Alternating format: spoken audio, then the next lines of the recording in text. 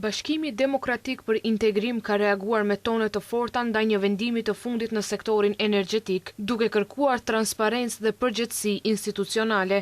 BDI ka njoftuar se kërkon përgjigje të menjëhershme publike dhe institucionale lidhur me vendimin e Burim Latifit, drejtori përgjithshëm i MEPSOS, dhe kushëriri i parë i Izet Megjitit për të anuluar kontratën me Energo Invest nga Sarajeva dhe për të zëvendësuar me Elnos BL nga Banja Luka. Sipas komunikatës, vendimi bëhet edhe më i rënd për shkak se bordi mbikëqyrës i MEPSOS ka dhënë mendim negativ.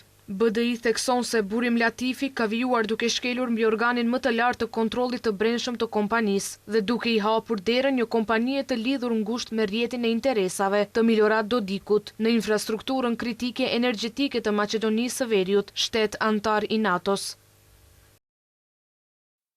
Pasojat janë të rënda dhe të dokumentuara. Tribunali Ndërkombëtar DAP, që vepron sipas rregullave FIDIC, i ka rrëzuar gjitha kundër kërkesat e MEPSOS prej 19.3 milion eurosh dhe i ka njohur Energo Investit të drejtën në 6 milion euro dëmshpërblim, para që do të dalin drejt për drejt nga buxheti i shtetit, nga xhepat e qytetarëve.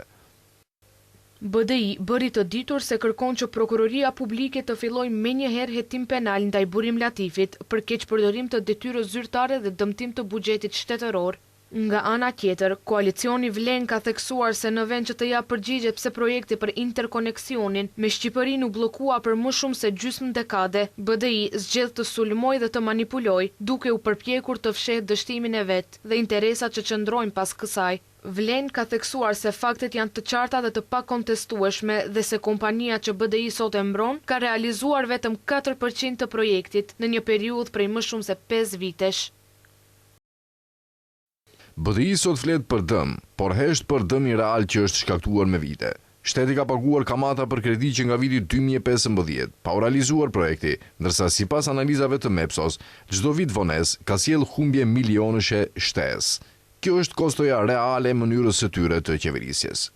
Përpjekja e BDI-s për ta paraqitur procedurën para DAP si vendim përfundimtar është manipulim i rënd, thekson Vlen. Nga partia në pushtet thotë se bëhet fjalë për një mekanizëm para arbitrazhi, i cili nuk përbën vendim përfundimtar juridik dhe kushteti ka të drejtë të plotë të përdorë të gjitha mjetet ligjore.